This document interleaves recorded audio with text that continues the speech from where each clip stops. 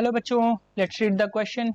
Question says, how will a diffusion coefficient D and viscosity coefficient eta of an ideal gas change if its volume increases n times isobarically? So बच्चों isobarically में यहाँ पे पूछा गया है. So हम इसमें देखेंगे बच्चों सॉल्यूशन, और सॉल्यूशन में हम देखेंगे की कांस्टेंट. तो ध्यान रखिए बच्चों, जब बात होती है आइसोबैरिकली की या आइसोबैरिक सिस्टम की बात होती है, तो वहां पे जो प्रेशर होता है बच्चों, प्रेशर जो होता है वो कांस्टेंट रहता है आइसोबैरिक में. तो प्रेशर शुड बी कांस्टेंट. अब यहां से बच्चों हम देखें, इस कंडीशन को अगर हम ध्यान में रखें तो क्या है कि डिफ्यूजन कोफिशिएंट डी और विस्कोसिटी कोफिशिएंट ईटा पे क्या फर्क पड़ेगा जब वॉल्यूम जो है एन टाइम इंक्रीज करी जा रही है.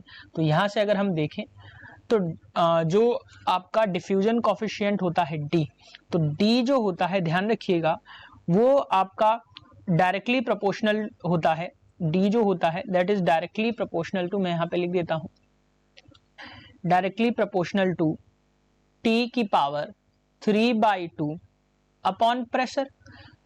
और यहां से अगर मैं देखूं तो टी की वैल्यू अगर मैं रखूं तो टी इज इक्वल टू होता है पीवी की होल पावर 3/2 हो जाएगा बच्चों. टी की वैल्यू मैंने पुट की, अपॉन में आ जाएगा P.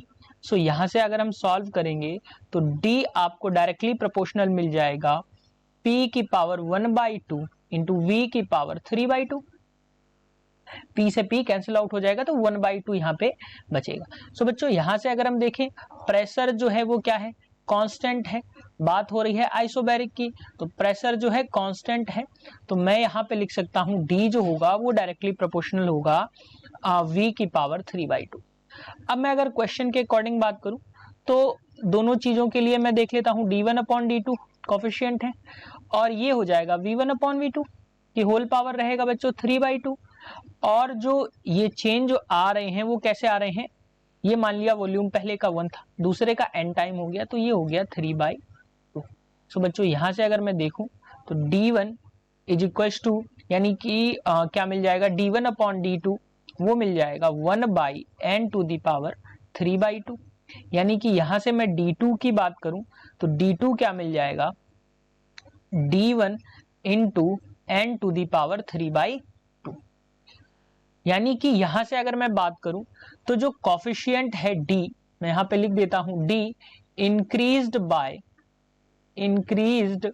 Bye n to the power 3/2.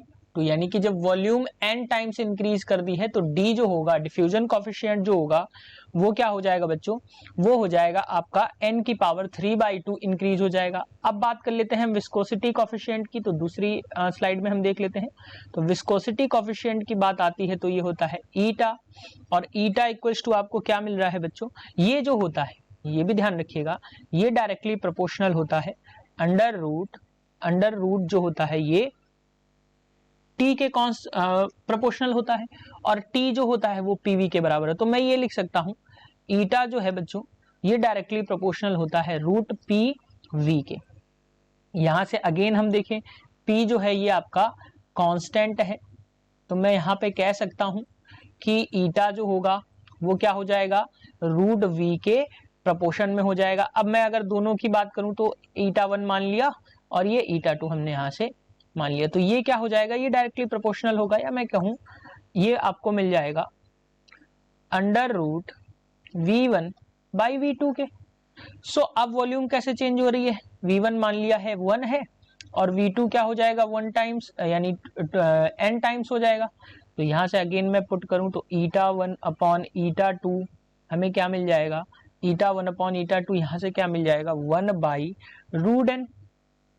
सो यहां से अगर मैं देखूं तो ईटा2 हमें क्या मिल जाएगा, under root n times of ईटा1.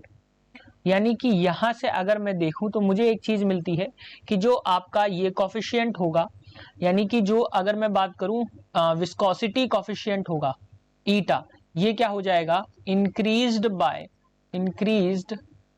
Bye root n times n times increase हो जाएगा, यानी कि d जो होगा वो आपका n की पावर 3/2 टाइम्स इंक्रीज होगा और ईटा जो होगा वो increase by √n. So this is the answer of your question. Hope you understood it well.